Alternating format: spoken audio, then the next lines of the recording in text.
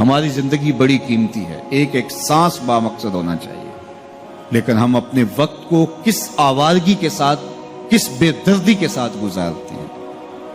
حضرت امام شافعی کہتے ہیں کہ میں نے فقیروں سے 2 باتیں بڑی پتے کی سنی اور انہوں نے مجھے بڑا نفع دیا۔ یہ بہت بڑے بزرگ ہونے کے باوجود، اتنے بڑے عالم اور فقیہ ہونے کے باوجود یہ درویشوں کی صحبت میں جا کے بیٹھتے تھے۔ حضرت امام احمد بن حنبل کو کسی نے دیکھا کہ حضرت بشر حافی کے پیچھے دوڑ رہے ہیں، تو کسی نے کہا اتنے بڑے امام ہو اور اتنے بڑے فقیہ ہو، اس فقیر سے کیا ڈھونڈتے ہو، بشر حافی سے کیا تلاش کرتے ہو؟ تو حضرت امام احمد بن حنبل نے کہا کہ احمد بن حنبل جس رب کو مانتا ہے، بشر حافی اس رب کو جانتا بھی ہے۔ تو فقیروں کی باتیں بڑی پتے کی ہوتی ہیں، تو کہتے ہیں کہ فقیروں کی 2 باتوں نے، امام شافعی بولے، کہ مجھے بڑا فائدہ دیا۔ ایک تو یہ الوقت سیف قاطع، وقت کاٹ دینے والی تلوار ہے، اگر وقت کو تم کاٹو گے تو ٹھیک، ورنہ وقت تمہیں کاٹ دے گا۔ اب تمہاری مرضی ہے کہ وقت کے گھوڑے پہ تم سوار ہو کے اپنی مرضی سے وقت کو چلاؤ، یا پھر تم وقت کے رحم و کرم پہ ہو اور اس کی موجیں تمہیں جس سمت چاہیں بہا لے جائیں۔ اب تمہارا اختیار ہے کہ تم اپنا وقت کیسے گزارتے ہو۔ دوسری بات جس نے مجھے بڑا نفع دیا وہ یہ کہ اپنے آپ کو نیکی کے کاموں میں لگا دو، ورنہ نفس تمہیں برائی کے کاموں میں مشغول کر دے گا۔ اپنے ارد گرد تانا بانا ایسا بن لو، اپنے حالات ایسے بنا لو، اپنی دوستی ایسی وضع کر لو کہ تم نیکی کے ماحول میں رہو، ورنہ شیطان برائی کے اندر مبتلا کرنے میں دیر نہیں کرے گا اور نفس تمہیں جو ہے وہ شر میں مبتلا کر دے گا۔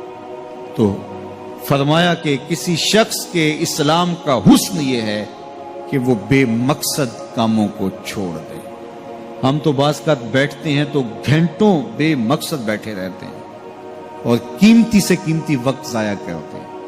حضرت اویس کرنی رضی اللہ تعالیٰ عنہ کو حضرت عمر رضی اللہ تعالیٰ عنہ اور حضرت علی المرتضیٰ رضی اللہ تعالیٰ عنہ ملنے گئے، حضور کا سلام دیا، حضور کا پیغام دیا، اللہ اکبر۔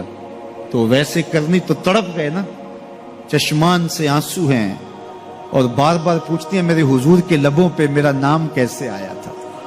حضور نے کہا تھا نا کوئی اویس بن عامر کو ملے اور میرا سلام دے اور اس سے کہے کہ میری امت کی بخشش کی دعا کرے، اللہ اکبر۔ تو یہ ملنے گئے حضور کی وصیت اور حکم کے مطابق، حضور کا سلام دیا، تو یہ بار بار کہتے تھے حضور کے لبوں پہ میرا نام کیسے آیا، اللہ اکبر۔ تو جب یہ تڑپ دیکھی تو کہا اتنی محبت اور اتنا پیار تو حضور کو ملنے نہیں آئے، حضور کو دیکھنے نہیں آئے۔ تو حضرت اویس کرنی فرمانے لگے تم نے میرے حضور کو دیکھا ہے؟